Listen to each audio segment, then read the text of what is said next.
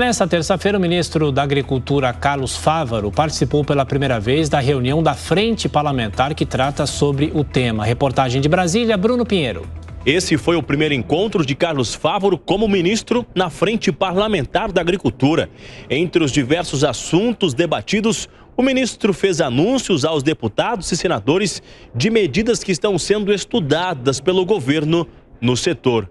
Ainda questionado sobre a linha de crédito dolarizada, o ministro Fávaro reforçou que a taxa de juros do BNDES é menor que o Plano Safra. As indústrias, as revendas e os bancos de fábricas se incorporaram a isso, deram um prêmio aos produtores que têm boa safra.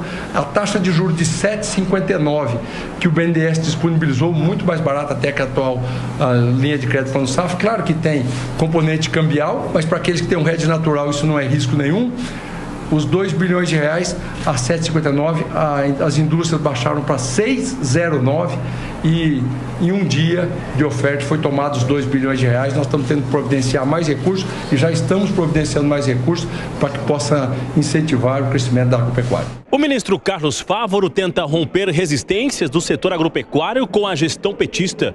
E com uma fala divergente de uma outra ala do governo, o ministro voltou a condenar as ações do MST, comparando com os ataques do 8 de janeiro. O direito e o sonho de um pedaço de terra para aqueles homens e mulheres que têm vocação de produzir lá alimentos é legítimo. Um plano nacional de reforma agrária é legítimo dentro dos rigores da lei. Tudo que transpassa os rigores da lei não tem meu apoio, nunca terá, e considero invasão de terra produtiva tão danosa e tão criminosa como a invasão do Congresso Nacional. As invasões que foram deflagradas pelo MST no início do ano já têm assustado o produtor rural, em especial no chamado Abril Vermelho. Ocupações como na sede do INCRA aumentaram a tensão entre o governo do presidente Lula e o setor do agronegócio. O governo aceitou uma série de demandas do movimento e substituiu os superintendentes regionais do INCRA.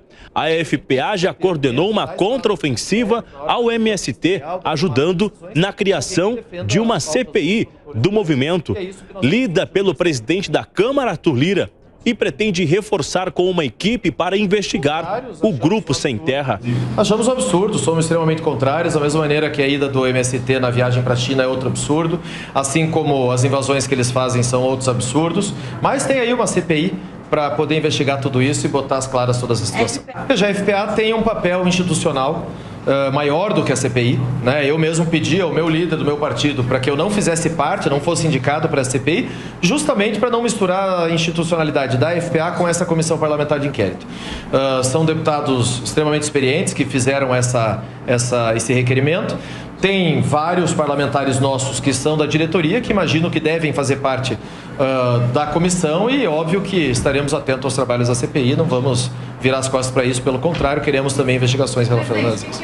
Durante o encontro, o ministro Carlos Fávaro se limitou ao falar sobre CPI do MST. Ainda defendeu a volta da Conab para o Ministério da Agricultura.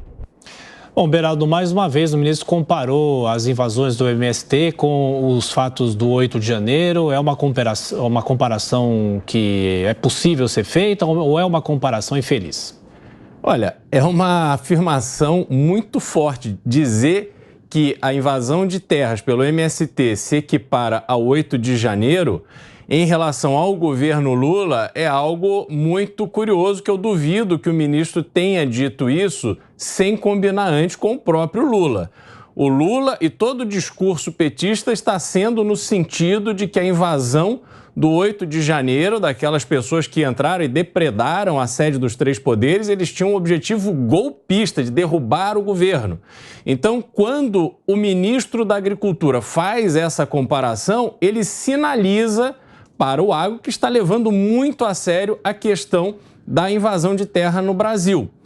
Talvez ele esteja ali no esforço de recuperar a sua imagem depois de ter cancelado a sua ida a abertura do AgriShow em razão da presença do Bolsonaro, que foi uma grande bobagem, porque ele, ministro da Agricultura, tinha obrigação de chegar na feira levando boas notícias para esse setor estratégico e essencial para o Brasil. Mas, ao contrário, ele preferiu ficar de fora e agora vem fazer essa aproximação através da Frente Parlamentar da Agricultura.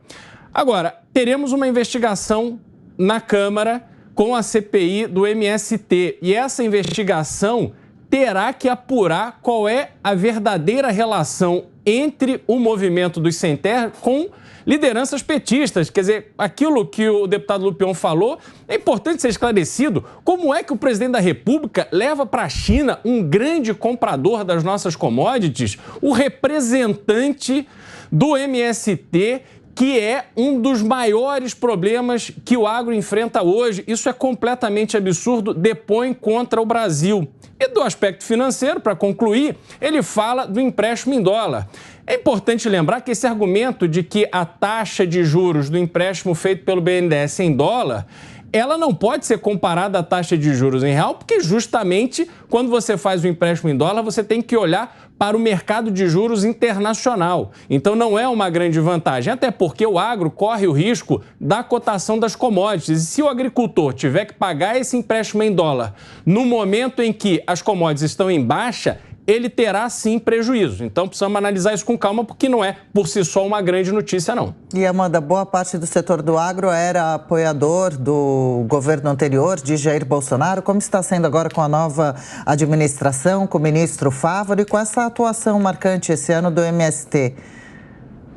Adriana, eu acho que há aí erros de vários atores envolvidos em toda essa questão. Primeiro, o governo Lula deveria tentar fazer as pazes com o agronegócio, porque o governo Lula sempre foi um incentivador e um encorajador do agronegócio. As exportações agrícolas cresceram muito mais durante os primeiros 2 mandatos petistas do que durante o mandato de Jair Bolsonaro. Quem criou o Plano Safra em 2003, de incentivo, de investimento e crédito, o mais importante plano de crédito ao setor agrícola, foi o governo de Lula, governo Lula 1. As exportações agrícolas cresceram, tivemos o boom das commodities, o setor agrícola se beneficiou enormemente do governo Lula. Só que há alguns espantalhos na sala e um deles é o MST. O MST não deve ser criminalizado. É óbvio que invasões de terras produtivas são criminosas, elas não podem ser toleradas. Só que, por outro lado, você tem um movimento, talvez o movimento social mais importante, o maior movimento social do Brasil, e isso explica a presença do STED na comitiva de Lula à China, da mesma forma que o agronegócio hoje